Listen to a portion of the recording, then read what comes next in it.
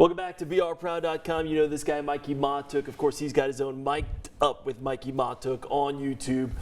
Love to get the baseball talk going, and we are in the thick of the SEC race now. LSU now at the top of those Western standings. When you get a sweep on the road, it's as good as gold. And so kind of recap it for us. Some good and some not, some concerning things. That's how it works in the Southeastern Conference as you go along. But a sweep is a sweep is a sweep. Absolutely. It's LSU's first sweep of the year, right? We've talked about this on this show before. Is you can't go in the weekend expecting to sweep. You want to win the series. LSU is the only SEC team right now that has not lost an SEC series to date. They finally got their first sweep of the season, and now they are right atop the SEC West. Arkansas got swept this past weekend, so they've kind of flipped roles. I think LSU's 2 games ahead of them in the loss column. So they did everything they needed to do. They went on the road at Ole Miss, hostile environment. Obviously, Skeens goes out and does what he's been doing all year. You get the W on Friday, and I think a lot of people were nervous or concerned about the number 2 and number 3 starters as well as the bullpen. I think the 2 and 3 starters this weekend, and Ty Floyd and Christian Little, showed you that there's really not much to worry about. Ty Floyd, Jay Johnson has never wavered from him. He said he's our Saturday guy. We have faith in him. We trust him. And he went out and went 8 1/3, almost threw a CG, pitched his best outing probably of his career, only gave up 1 walk, looked awesome, saved that bullpen for Sunday. Christian Little throws into the 6th inning. They end up blowing the lead a little bit and then having some heroics in the top of the 9th to win the game there. And so a lot of those concerns with this 2 and 3 starters, I think for me, were calmed down a little bit this weekend. Now the bullpen, I understand the concerns there. You don't have as much depth as you had going into the season. You don't have as many power right-handed arms in the bullpen as you had going into the season. That's just the life of sports. That's the life of baseball. You're going to go through injuries. You're going to have to deal with that. You're going to have other guys step up. And you're going to start seeing that. We have a lot of lefties out the pen who are very good and who are very capable. We have righties out the pen that are capable as well. It's just guys that you weren't expecting to rely on if you were looking at this lineup in the fall or early spring before the season started. But these guys have done well for the situation that they're in, and I have confidence in them. They just have to continue to pitch and gain some experience. Talk to me about Ty Floyd, because I looked at the box score, 8 1/3. You only walk 1. Is it that he turned a corner, or we're just not facing NCAA tournament bats, or maybe is it both? So honestly, I think the thing that Ole Miss doesn't do well is pitch. Right? They've had a lot of injuries on the mound. They have a high ERA.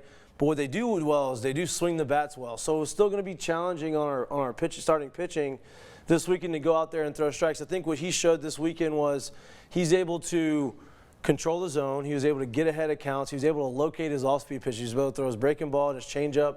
He was able to keep these hitters off balance. He was living in the top of the zone, and he was able to expand up and let guys swing through him. And that's what he does so well, right? His fastball has that ride. He has that, I call it the IVB. It's the induced vertical break, which means it kind of looks like the ball is taken off this way. And so he was able to get guys to swing through those balls. Right. And I think that's part of locating the off-speed pitches, locating the fastballs early in the count, and allowing himself to expand so these guys can chase. And so he did a really good job of that. He controlled the game. He controlled the tempo. He pitched into the 9th. And, that's all you can really ask for a starter. Well, I've got to hold you to something, because last week you said you are not hitting the panic button yet on that bullpen. In fact, you sounded very confident. Now a week later, especially after watching Sunday, how do you feel? So, I don't want to say I'm still not pressing the panic button. I understand the concern, though, right? I think that we're very well equipped as far as lefties go in the bullpen. You have 4 guys that you can count on that have pitched in high leverage situations throughout the course of this year in their career. So I'm pretty confident in that, right? But you want a power righty out the pen, and we've lost all of our power righties.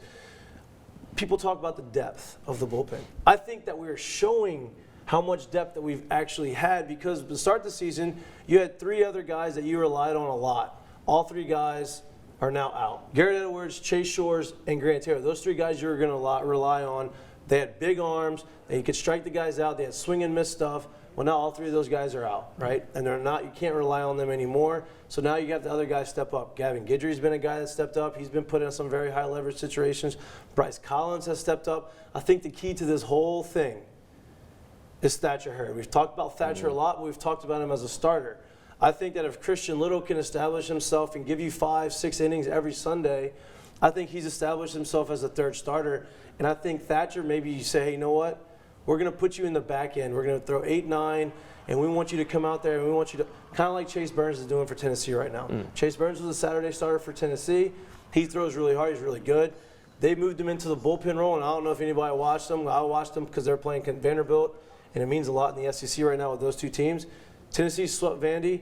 Chase Burns out the bullpen looked like an all-star closer. I mean, he was throwing 100, and he's throwing nasty sliders. Yeah. And I think you can maybe get that out of Thatcher Hurd towards the back end of the year, and maybe that'll help him kind of build some confidence going into postseason or next year as a starter. So I don't want to press the panic button. I'm not pressing the panic button, but I do understand the concern. I think that, you know, these guys are finding ways to win. They're finding a way to win. They're winning series. They have not lost a series all year.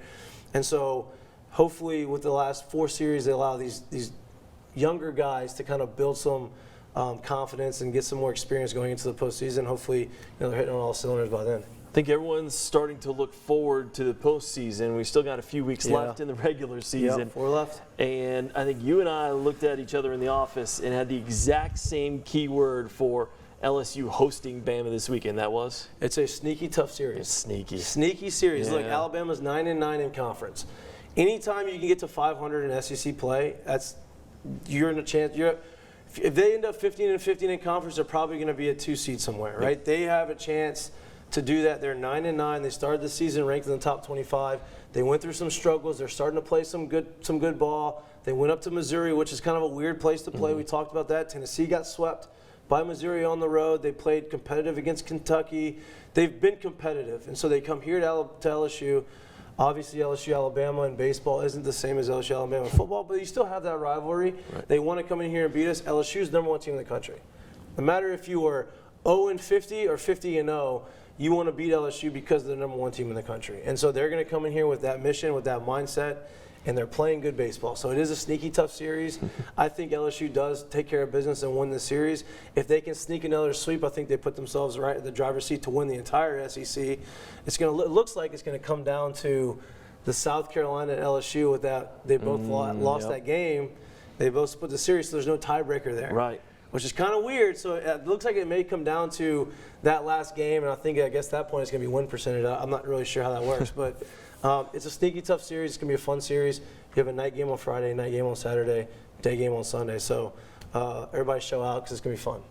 Never second place here in your Go Nation, Mikie Mahtook. Check out, of course, Mic'd Up with Mikie Mahtook on YouTube or all the social media platforms. He's all over the place. So he's talking baseball. We try to be. And it's a great time of the year, of course, to tune in. Thanks for tuning in, by the way, to BRProud.com.